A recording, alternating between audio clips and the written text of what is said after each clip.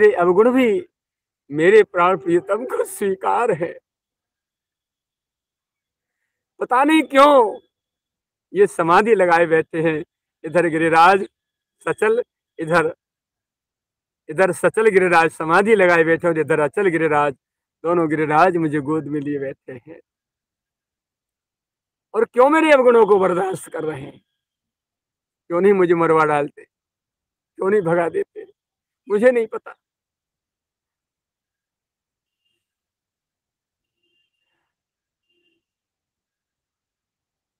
तो ये आपके और मेरे प्राण प्यारे बाबा महाराज का संदेश है प्यारे, जो मुझे दिया गया, और मैं वो मधुर प्रसाद आप तक पहुंचा रहा हूं। सदाचार के बिना जीवन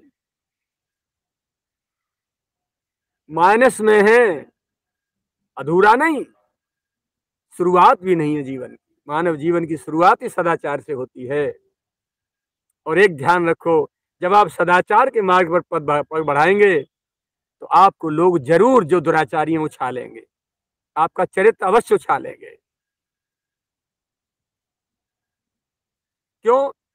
जैसे आप होली खेलते हो ना, हमारे समग्र भारत में होली का त्योहार मनाया जाता है।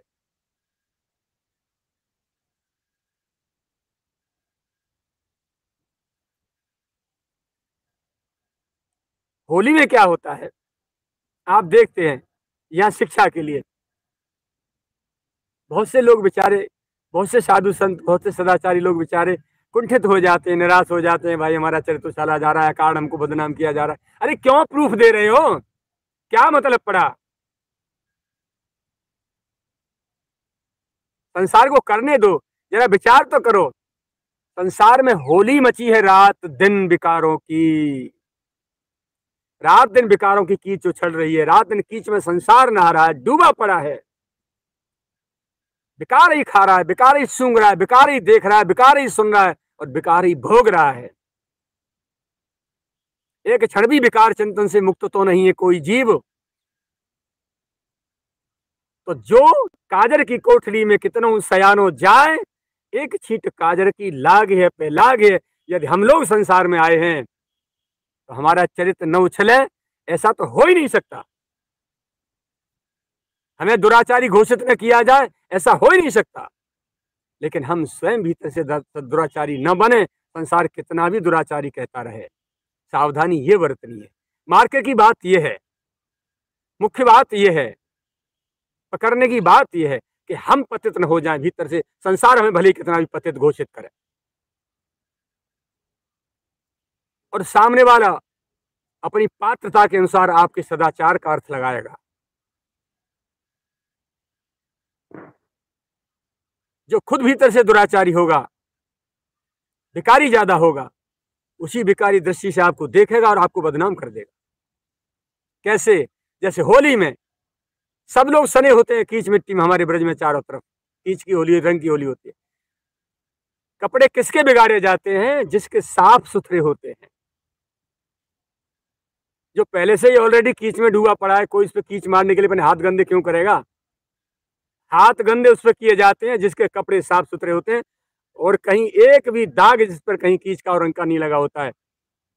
यार दोस्त मित्र, भाभी भौजाइयां, अड़ोसी पड़ोसी, उसको बिगाड़ते हैं जिसके कपड़े खराब होते हैं। भैया तू कैसे बच के जा रहा है? यहाँ आ जा। उठाई कीचो दे मारी, रंग फेंक दे, मार दिया, ऊपर से छिपके फेंक दिया छत पर। तो ऐसे ही जिसका चरित्र उज्जवल होगा, उछाला तो उसी का जाएगा जिसके पास चरित्र होगा। जिसके पास और चरित्र है ही नहीं, उसका क्या उछलेगा? पत्थर। जो पहले से ही दुराचार में डूबे पड़े हैं, उनको कौन उछालेगा? कोई सदाचारी पवित्र आत्मा, कोई भगवत अनुरागी संत यदि प्रियतम के मार्ग में जा रहा है, उसका उतना ही जीवन कठिन होगा प्यारे। और बाल की खाल खींच खींच के ये संसार उसकी रात दिन उधेड़ बुनी में लगा रहता है, अपने को नहीं देखता। लेकिन मेरी प्रार्थना आपसे यह है प्यारे, जिसके पास सदाचार की संपत्ति है वो बब्बर शेर है। खड़े रहना अपने धार पर, जमे रहना अपने धार पर। और ये दुराचारी पूरा संसार, ऐसा एक संसार नहीं, करोड़ करोड़ संसार भी यदि आ जाएं तो भी आपका कुछ भी नहीं बिगाड़ पाएंगे। ये मैं बैठा हूं तुम्हारे सामने प्रमाणित। सैकड़ों बार, हजारों बार, लाखों बार दुराचारणी स्त्रियों को भेज भेज कर मुझे बदनाम करने की कोशिश की गई है इन लोगों के द्वारा जिन्होंने मेरी कुटिया तोड़वाई गई है। और कुटिया तोड़वाने के बाद कहीं तोड़फोड़ नहीं है, गोवर्धन गांव पूरा गिरिराज जी में बसा है, वहीं लैट्रिन बनी हुई है। मेरी कुटिया बाहर थी और तोड़वा दी गई। इन्हीं कुत्ता सुअरों के द्वारा मेरे को बदनाम और बर्बाद किया जाना कोशिश की जा रही, और भी जारी जारी है, इनकी बंद नहीं है ये। जिस दिन का चिट्ठा मेरा गोवर्धन उठाएगा ना, डूबने को, इनको मरने को जगह नहीं मिलेगी। कितनी फ्रॉड लड़कियों को, कितने फ्रॉड आदमियों को और भैयरों को मेरे पास भेजते रहते हैं। कितनी बार नोटों की गड्डियां फेंक फेंक के धर के जाते हैं कि बाबा जी छूता है कि नहीं छूता है। मैं आपको क्या बताऊं, इनको नींद नहीं आ रही है, क्योंकि उनके धज्जियां उड़ा उड़ा के मैं जो सच्चाई आपके सामने पेश कर रहा हूं ना, मुझे भय नहीं है मृत्यु से भी जरा भी।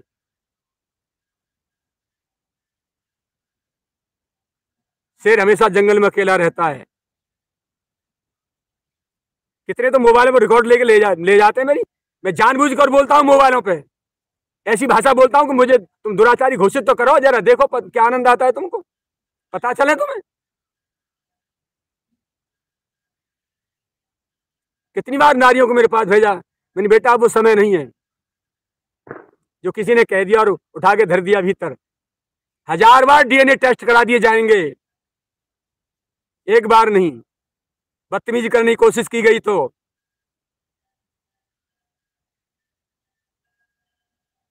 ये लौह पुरुष है, उस परम पुरुष ने संभाला है इसको बाल्यकाल से, गर्भ से। इसे तुम कैसे पराजित कर सकते हो? इसकी आत्मा गिरी नहीं है। माना कि इसके पास धन नहीं है, क्योंकि धन छूता नहीं, देने पे लेता नहीं। और तुम झूठ साँच बोल के अनेकों गौशालाएं खोल करके और दुनिया दुनिया के छल कपट करके धन बटोरने में लगे हो। मंच में प्रवचन कर रहे हो तुम, लेकिन तुम्हारी आत्मा इतनी काली है कि तुम्हारी आत्मा ही तुमको खा जाएगी, बर्दाश्त नहीं करेगी। मुझे क्या बदनाम करोगे, क्या बर्बाद करोगे? मेरे तन पर लंगोटी भी नहीं होगी तो भी मैं हमेशा आबाद रहूंगा। मैं जिस महापुरुष का लाल हूं, उन्होंने मुझे संभाला है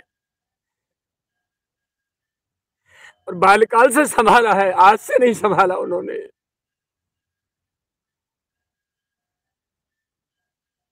तुम्हारी तो औकात क्या है? तो प्यारे, जिसके पास चरित्र होगा उसी का तो उछाला जाएगा। इन कुकर सुकरों की औलाद के चरित्र कहाँ हैं? पैसे के बल पर अपने आप को बचाते डोलने प्रशासनिक अधिकारियों को पैसा दे दे करके ये लोग, ताकि चिट्ठा काले पड़े इनके। जाकर देखो हर धाम में अधिकतर आश्रमधारियों की यही दुर्दशा है। कोई कोई कहीं मेरे गोविंद का लाडला एकांत में बैठा रो रहा होगा, चरण बंदन उसकी, कोट कोट बंदन। मैं अपने राघव सिया से, अपने बजरंग गौरी शंकर प्रभु से, अपने किशोरी श्याम गिरिराज बाबा से प्रार्थना करता हूं कि जो कहीं सच्चाई से तेरे लिए रो रहे हो, हे प्रियतम, उनकी रक्षा करना, उनकी साधुता को बचाना प्यारे, उनकी मानवता को बचाना, उनके सदाचार की रक्षा करना, उनके अस्तित्व को बचाना, क्योंकि वो तेरा परिचय है। तुझे कोई नहीं जान सकता उनके बिना।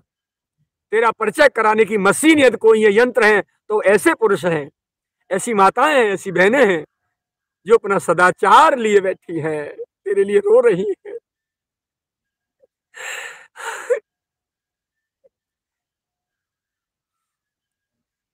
घबराने की आवश्यकता नहीं है प्यारे, मृत्यु से आगे और कोई रास्ता नहीं है, मौत से आगे और कोई गैल नहीं है। और मौत केवल शरीर की होती है, संत की मौत कभी होती नहीं। गीता कहती है जब आत्मा अजर अमर है, इसे कोई ना शस्त्र छेद सकता, न इसे पानी गला सकता, न हवा इसे उड़ा सकती, न आग इसे जला सकती। आत्मा अजर अमर है। जब आत्मा नहीं मरती तो महात्मा कैसे मर जाएगा? महात्मा कैसे मर सकता है?